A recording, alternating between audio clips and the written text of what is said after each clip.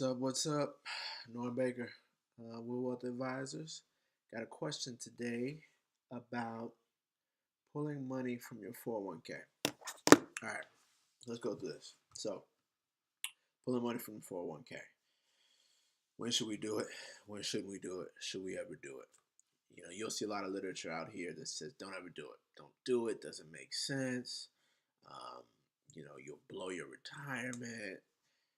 And a lot of it's true, right? You would, pulling money out of 401k, and the 401k is your main source of retirement if you're at a job most of the time. Um, you know, if you work for yourself if you're a consultant, you may not have the 401k, but there are going to be other vehicles for you to use. Um, I got a family member that's self-employed. He has certain retirement accounts he uses that are more catered towards folks that are self-employed versus the typical 401k. I mean, you got IRAs, you got a lot of different things, but in general, we're talking about a retirement account, pulling it out, because what happens when you pull money out before you're 59 and a half, you're going to get hit with a penalty, 10% penalty. Um, and depending on how you put the money in, right, if it wasn't a Roth, you're going to pay taxes on it too. Now, a lot of people get up in arms about taxes. I don't get up in arms about taxes. You're going to pay them either now or later, right? The premise of 401k is that you're going to have a lower tax bracket later, but we don't know that to be the case depending on life circumstances. So it just depends, Roth versus traditional, whether you want to pay taxes now or later. But here's the thing. Here's the thing that I really want to hone in on. In terms of building your 401k to a multi-million dollar nest egg or account or bank account that you have, here's the key with compounding interest is you gotta get it up to 100,000 to 200,000 first. That's the key. That's the only thing I want you to get out of this video. You gotta get up to 100 to 200,000 first before any compounding interest it makes any difference. As an example, I'll give you an example.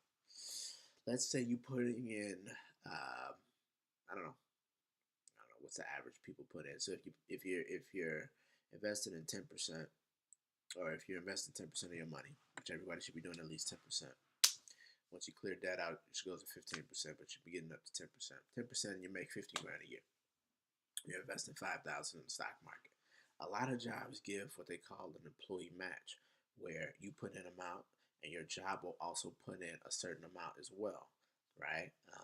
And folk places where I work, typically it's 6% of what you put in, or six of six. If you put in up to 6%, they'll match 75% of that. So if you put in five simple numbers, if you put in 5 grand a year, that's 600 a month. And what's 75% of 600? Half of 600 is 300, so 450. So if you put in 600, they'll put in 450 every month, right? So think about it from a return perspective. That's 100% return, or 450 of your dollars, right? You can guarantee it.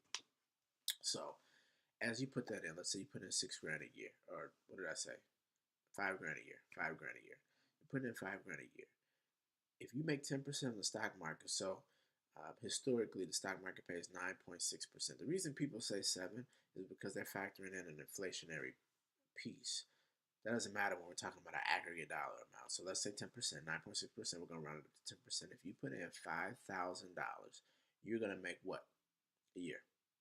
500, 10%. And growing to a million, 500 doesn't mean anything at this point. Doesn't mean anything. And here's a kicker. It's not going to mean anything, period. It'll never mean anything. It's 500. It's chump change if you're talking millions, right? So you put in 5,000, you're going to make 500. The next year, you're going to put in 5,000, which now you'll have 10,500 because you had 5,000. You gained 500, then you put in another 5,000. 5,000 is 10, plus the other 5 is 500. You got 10,500.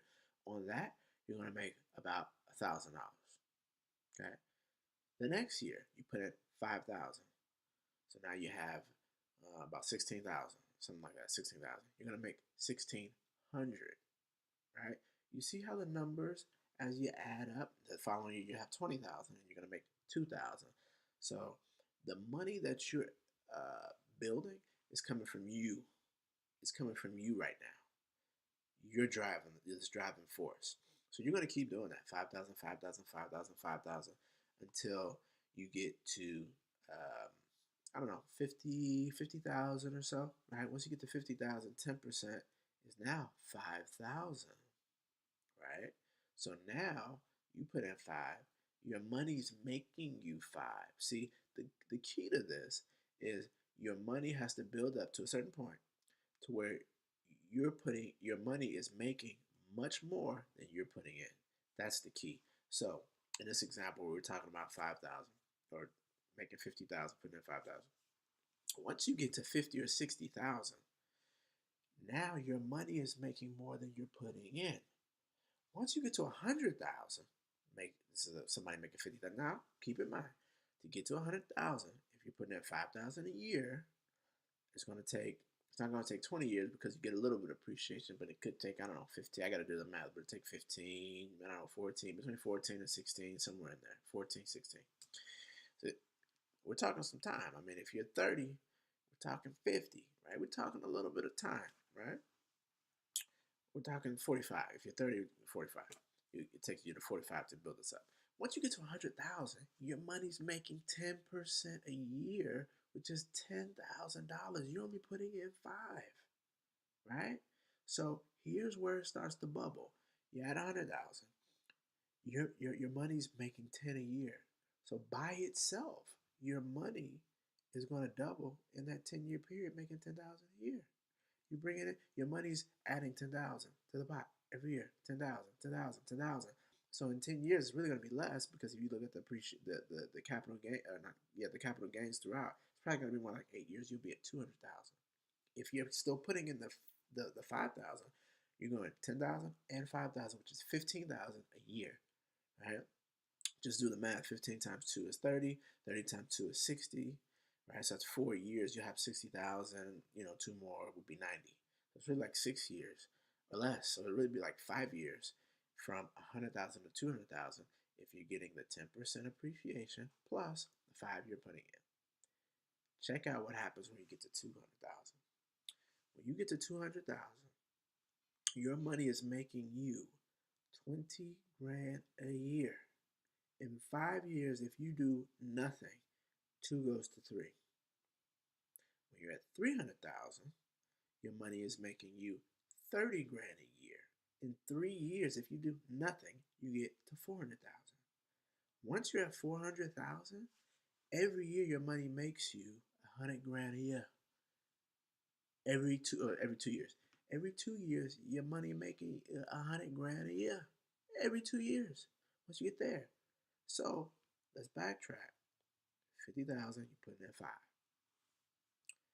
You gotta keep the money growing and building until you get to the $100,000 mark. I really say 100 to 200,000, depending on what you make. You might have a dual household. You got husband and wife each bringing in 50. You might be by yourself bringing in 50. A lot of different things.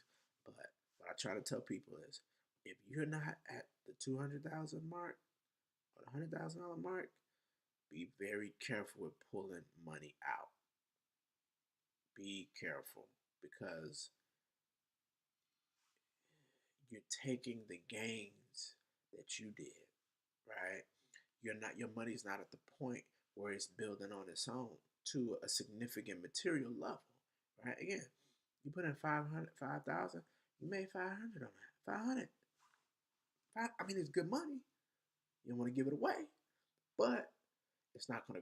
That's not your engine that's gonna really push you. You gotta fuel it. You and I, we gotta put the money in first to get to that number, and then it'll grow on its own.